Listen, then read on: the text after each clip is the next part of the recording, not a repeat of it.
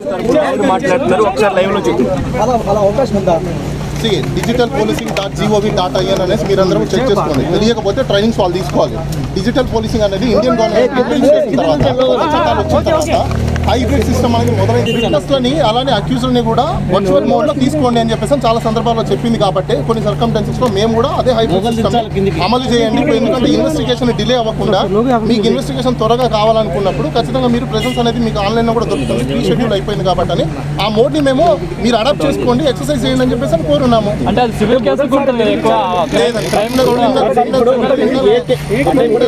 కూడా అలాంటివి అలౌడ్ ఉన్నాయి. గందరగోళం ఏముంది? ఇప్పుడు నీకు పని ఉంది, పని లేనప్పుడు నువ్వు ఎక్కడ పని లేనా కాముకుంటావు. పని ఉన్నప్పుడు ఏం చెప్తావు? నాకు ఆ టైంలో కుదరలేదు, మళ్ళీ టైం కావాలని అడుగుతావు. అదే అడిగాం. దీంట్లో గందరగోళం ఏముంది? అంటే ఏ వ్యక్తికైనా స్వతంత్రంగా వాళ్ళ యొక్క షెడ్యూల్స్ చూసుకొని ఇన్వెస్టిగేషన్ కి కోఆపరేట్ చేయాలి. అరెస్ట్ ఎప్పుడు చేస్తారు? కోఆపరేట్ చేయనప్పుడు. కోఆపరేట్ చేస్తాను కుర్రో ముర్రో అని మొత్తుకొని మేము లెటర్లు రీప్లైలు ఇస్తున్నప్పుడు ఇంకెక్కడ గందరగోళం ఉంటుంది?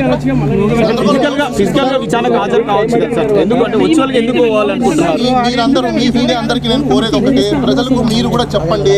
ప్రతి ఒక్క కేసుల్లో ప్రజలు కూడా తెలుసుకోవాల్సిన అవసరం ఉందంటే ఆర్టికల్ 19, ఆర్టికల్ 21 అనేది ప్రతి ఒక్కరు అమలు చేసుకోవాలి. ఒకవేళ చిన్నాలు ఇలాంటి కేసెస్ కానీ పడినప్పుడు వాళ్ళ యొక్క జీవనోపాధాన్ని పక్కన పెట్టేసి కేసెస్కి అటెండ్ అవ్వాలన్నప్పుడు వాళ్ళ యొక్క రిప్లై పంపించేసి ఎప్పుడు వస్తాము ఎప్పుడు రామనేది క్లియర్ కట్గా పోలీస్ వాళ్ళకి చెప్పచ్చు. సో అదే మేము చెప్తున్నాము. కాబట్టి పోలీస్ వాళ్ళు కూడా ఇలాంటి చిన్న చిన్న కేసెస్లో కూడా ఇది హీనియస్ క్రైమ్ కాదు కాబట్టి ఇన్వెస్టిగేషన్ అంత త్వరగా ఇది కంప్లీట్ చేసేసి అంత లీగల్ ఇంజరీస్ ఏం జరిగిన కేసెస్ కాదు. ఇవన్నీ ఓన్లీ వర్చువల్లో జరిగిన కేసెస్. అవునా కాదా అని చెప్పేసి టైం పడుతుంది. అది ఐఓ డిసైడ్ చేస్తారు. మాకున్న వెసులుబాటు ఆ ప్రకారము మాకేవైతే ఫెసిలిటీస్ కావాలని కోరుకుంటున్నామో ఆ ఫెసిలిటీస్ అన్ని మేము అడగడం అయితే కోరడం అయితే జరిగింది. ఇంకా వాళ్ళు ఏం రీప్లైలు ఇవ్వాలి ఇస్తారో ఏంటనేది మేము కూడా ఒకసారి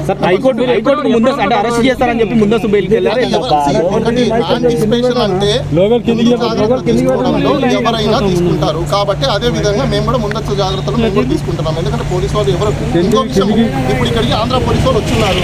ఇది తెలంగాణ జ్యూరిస్డిక్షన్. పాస్పోర్ట్ లేకుండా అదే విధంగా లోకల్ ఇంటిమేషన్స్ లేకుండా ఏమీ లేకుండా డైరెక్ట్ గా పోలీసు ఎలా వచ్చేస్తుంది? రావడానికి లేదు. బయట మీకు క్లారిటీ ఇస్తున్నా. పోలీసు వాళ్ళు ఏ స్టేట్ లో పడితే ఆ స్టేట్ లో పర్మిషన్ లేకుండా పాస్పోర్ట్ లేకుండా రావడానికి లేదు. మీడియాలో అందరూ వేయండి. వాళ్ళకి పాస్పోర్ట్ ఇష్యూ చేయాలి. కన్సర్న్ డిపార్ట్మెంట్ వాళ్ళు ఎవరైతే ఉన్నారో వాళ్ళ హెడ్స్ ఎవరైతే ఉన్నారో పాస్పోర్ట్ ఇచ్చి పంపించి లోకల్ పోలీస్ స్టేషన్ లో అక్కడ ఇంటిమేషన్ ఇచ్చి మాకు ఇంటిమేషన్ ఇవ్వాలి. ఏ కేసులో అది కొన్ని కేసెస్ లో మాత్రమే ఉంటాయి. అవి హీనియస్ క్రైమ్స్. అవి ఏవి మర్డర్లు, రేపులు, అమ్మాయిలు ఎత్తుకోవడము, లేకపోతే దొమ్మిలు, దోపిడీలు ఇలాంటి జరిగిన కేసులో ఇది ఆన్లైన్ ఏదో పోస్ట్ పెట్టారని చెప్పేసి ఎవరో మనోభావాలు దెబ్బతిన్నాయని చెప్పేసి ఎవరి మీద పోస్ట్ పెడితే ఎవరో పోయి కంప్లైంట్ పెడితే ఇంకొకరి మీదకి రావడం ఏంటి? అసలు ఆ వ్యక్తి మనోభావాలు దెబ్బతిన్నాయని చెప్పేసి కంప్లైంట్ చేశారు. ఓకే, మంచిది. కంప్లైంట్ చేశారు, పోలీసులు కంప్లైంట్ పెట్టారు. మమ్మల్ని అడిగారు మీరు ఇలా పోస్ట్ పెట్టారా లేదా ఏంటి చెప్పండి డీటెయిల్స్ అంటే నోటీస్ పంపించారు. ఆ నోటీస్కి రిప్లై ఇచ్చాము. దాంట్లో అంత భయపడాల్సిన అవసరం ఏముంది? దీని ప్రెజెన్స్ కావాలనుకున్నప్పుడు అంత ప్రకారము బిఎన్ఎస్ ప్రకారము ఈవెన్ సుప్రీంకోర్టు అండ్ మిగతా కోర్ట్స్ హై కోర్ట్స్ కూడా చాలా వరకు వర్చువల్ రికార్డింగ్ అనేది కామన్ కోరుకుంటుంది. కాబట్టి ఇప్పుడు ప్రెజెన్స్ ఉన్నారనుకోండి, మేము చెప్పింది రాసుకుంటాం. దాంట్లో ఎంతవరకు నిజం ఎంతవరకు అబద్ధం అనేది కూడా వాళ్ళకు కూడా తెలియవచ్చు. ఇంకా మీకు వర్చువల్ మోడ్లో అయితే రికార్డ్ చేసుకోవచ్చు, వీడియో రికార్డింగ్ ఉంటుంది, ఇంకా అథెంటిసిటీ ఉంటుంది, ఇంకా చాలా మీకు బేస్ డాక్యుమెంట్స్ లేకుండా ఈ వీడియోనే ఉంటుంది. కోర్టుకు అది కూడా సబ్మిట్ చేయించుకోవచ్చు. మేము ఇంత ఫెసిలిటీ మేము ఇస్తామన్నప్పుడు ఇంత కోఆపరేట్ చేస్తాం అనుకోండి, ఇంకా గందరగోళం లేవు ఇక్కడ. కోర్టు కూడా చెప్పింది పోలీసులకు సహకరించాలని చెప్పి కదా. కోర్టు పోలీసు వాళ్ళకి సహకరించమని చెప్పింది, మేము సహకరించమని చెప్పాము. అంటే వాళ్ళు ఇప్పుడు ఫిజికల్గా ఉన్నప్పుడు ఏదైతే ప్రశ్నలు వేస్తారో వీడియో కాన్ఫరెన్స్ లో అవే కదా ప్రశ్నలు వేస్తారు. దానికంటే మించి ఏమైనా వేస్తారా? లేకపోతే ఇంటర్నేషనల్ నుంచి తెలియదు. ఇంకా వాళ్ళు రిప్లై ఇవ్వాలి. సార్ 19వ తేదీన 4 రోజులు గడువు కావాలని చెప్పి కోరారు. ఆ గడువు ముగిసింది. ఇప్పుడు మళ్ళీ వాళ్ళు కాదు, వాళ్ళు తర్వాత సబ్సిక్వెంట్ ఇంకో నోటీస్ పంపించారు. ఆ నోటీస్లో 25th అనే డేట్ ఇచ్చారు. ఆ 25th డేట్ మాకు ఫీజిబుల్లా కాదని మేము కూడా చూసుకోవాలి. కాబట్టి మాకు ఆ 25th డేట్ ఫీజిబుల్ కాదు కాబట్టి మేము వాళ్ళకి రిప్లై నోటీస్ అనేది పంపించడం జరిగింది. ఆ నోటీస్లో మేమైతే ఈ ఫెసిలిటీస్ అని మేము కోరుకున్నాము. ఇప్పుడు ఆయన ప్రీ ఆక్యుపై షెడ్యూల్స్ ఉన్నాయి, ఆయన ప్రాజెక్ట్స్లో బిజీ ఉన్నారు. ఆ బిజీ ఉన్న కారణం చేతనే ఇప్పుడు మేము రాలేకపోతున్నాము. కాబట్టి మాకు కొన్ని డేట్స్ అయితే ఇవ్వండి అని చెప్పేసి అని వేరే డేట్స్ మేము కోరడం జరిగింది. క్లియర్గా మాకు 7 days ముందు ఇంటి మీకు అందరూ ఒకసారి మీరు నోటీస్లో చూసుకుంటే రిప్లై నోటీస్లో క్లియర్ కట్గా మేము ఏమేమి అడిగాము ఏంటని క్లియర్ కట్గా ఉన్నాయి. మీరు మళ్ళీ హైకోర్టుని ఏమైనా ఆశ్రయించాలి.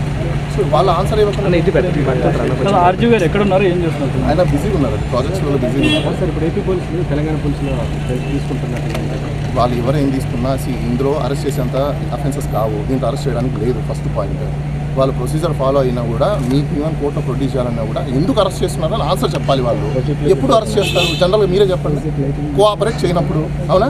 ఒక లీగల్గా నోటీస్ పంపించినప్పుడు అది కోఆపరేట్ చేయకపోవడమా, కోఆపరేట్ చేయకుండా ఉండడమా? వాలంటరీగా మేమే ఆన్సర్ చేస్తున్నాం కదా. కోఆపరేషన్ అంటే ఏంటి? కోఆపరేషన్ అంటే ఏంటి? ప్రతిదీ మేము అందుబాటులో ఉండడము, అందుబాటులో లేకపోవడం అయితే అది నాన్ కోఆపరేషన్ అనుకోవచ్చు. When we are cooperation then very is matter of arrest. చాలా సింపుల్ కేసులు అండి. అది ఆన్లైన్లో ఏవో పోస్టులు పెట్టారు, ట్విట్టర్లో పోస్టులు పెట్టారు, ఫేస్బుక్లో పోస్టులు పెట్టారని చెప్పేసి పెట్టారు. అసలు ఏం పోస్టు ఏంటి అనేది మాకు ఓన్లీ ఇంకో విషయం నేను ప్రజలందరికీ చెప్పాలనుకుంటున్నా కూడా, ఏదైనా నోటీస్ వచ్చినప్పుడు దానికి ఎన్క్లోజర్ కంపల్సరీగా పెట్టాలి. చాలా మంది పెట్టకుండా ఇస్తున్నారు. నోటీస్ అంటే ఓన్లీ ఒక నోటీస్ పేపర్, 1 పేపర్ ఇవ్వడం కాదు. పేపర్తో పాటు క్రైమ్ నెంబర్ ఏదైతే ఉందో క్రైమ్కి సంబంధించిన ఎఫ్ఐఆర్ ఇవ్వాలి, కంప్లైంట్ కాపీ ఇవ్వాలి. దానికి సంబంధించినవి ఇచ్చినప్పుడు వాళ్ళు కాల్ ఫర్ నోటీస్ అడుగుతారు. ఎందుకంటే ఇప్పుడు ఒక అక్యూజ్ వస్తారు, అసలు ఏం కేసు పెట్టారు ఏంటని బేసిక్ అతనికే తెలియకుండా ఏం ఆన్సర్ చేస్తాడు? అసలు కేసు తెలియాలి కదా. ఇలాంటి కేసులు ఎక్కువ ఉన్నాయంటే మన అక్కడ ఆ స్టేట్లో ల్యాండ్ ఆర్డర్ అలా ఉంది, ఏం చేయగలుగుతాం? ఏపీ మొత్తం కూడా సోషల్ మీడియా మీద కేసులు జరుగుతున్నాయి. అవునండి, నేను అదే అంటున్నా. ఇప్పుడు 1 ఇయర్ బ్యాక్ ఇంకోటి చెప్తున్నాను. 1 ఇయర్ బ్యాక్ ఎప్పుడో పెట్టిన పోస్టులకి ఒక సుప్రీంకోర్టు గైడ్ లైన్స్, అదేవిధంగా సిఆర్పిసిలో కొన్ని రూల్స్ ఉన్నాయి. 6 months, 1 year, 3 years లిమిటేషన్స్ ఉంటాయి. లిమిటేషన్స్ అయిపోయిన కేసులను కూడా పెడుతుంటే ఎవరేం చేస్తారు? అంటే అప్పుడు కోర్టులో ఛాలెంజ్ చేస్తారు. పోలీసులు స్పందించలేదు అన్నట్టు అన్నారు. అదే నేను అంటున్నా. లిమిటేషన్స్ అయిపోయిన తర్వాత క్రైమ్ తీసుకురావడం అనేది అది లా ప్రకారంగా స్టాండ్ అవ్వదు. అవి లిమిటేషన్స్ ఉన్నాయా లేదా అని చెప్పేసి అని మేము దాన్ని ఎగ్జామినేషన్ చేసుకుంటాం. సార్ ఇప్పుడు పోలీసులను ఏమైనా అడిగారా? రెస్పాన్స్ రావాలి కానీ ఆ రెస్పాన్స్ ఇంకా మాకు రాలేదు. మేము వెయిట్ చేస్తున్నాం కానీ పోలీసు వాళ్ళు ఇక్కడికి వచ్చారు. మాకు టైం కావాలి.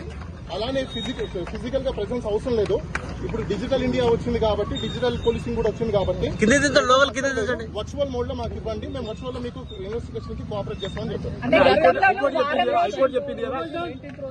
తర్వాత మళ్ళీ ఎక్స్టెన్షన్ టైం కూడా అడిగే అవకాశాలు ప్రతి ఒక్కరికి ఉంటాయి కాబట్టి మేము ఎక్స్టెన్షన్ టైం కూడా అడిగాము. ఇది ప్రీ షెడ్యూల్ ఆయనకున్న ప్రాజెక్టుల రీత్యా మేము ఆయన షెడ్యూల్ తీసుకొని మేము టైమింగ్స్ అడగడం.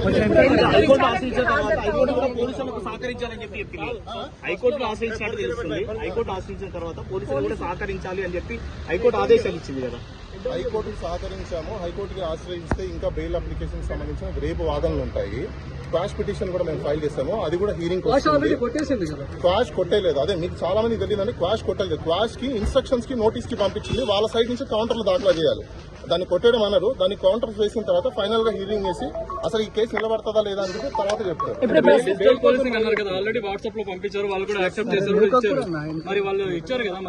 రెస్పాన్స్ ఎందుకు వచ్చారో మాకు తెలియదు. అది మీరే అడగాలి. ఇంకా 4 రోజులు అడిగారు. అది ఫస్ట్ టైం ఇచ్చిన నోటీస్ కి మేము అడిగిన టైం కి తర్వాత సబ్సిక్వెంట్ గా మళ్ళీ నోటీస్ పంపించారు.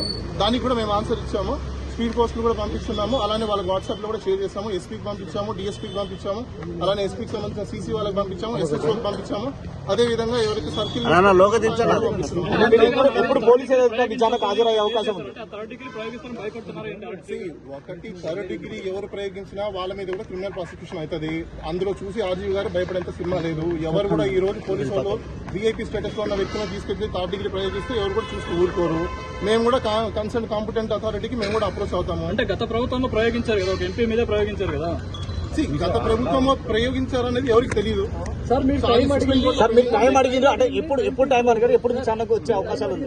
19 కూడా సబ్సిక్వెంట్ గా నోటీస్ పంపించారు. 25 చెప్పారు. దానికి సంబంధించి మేము ఈ రోజు మార్నింగ్ వాళ్ళకి వాట్సాప్ లో పంపించాము, పోస్ట్ కూడా పంపించాము. డెలివరీ అవ్వడానికి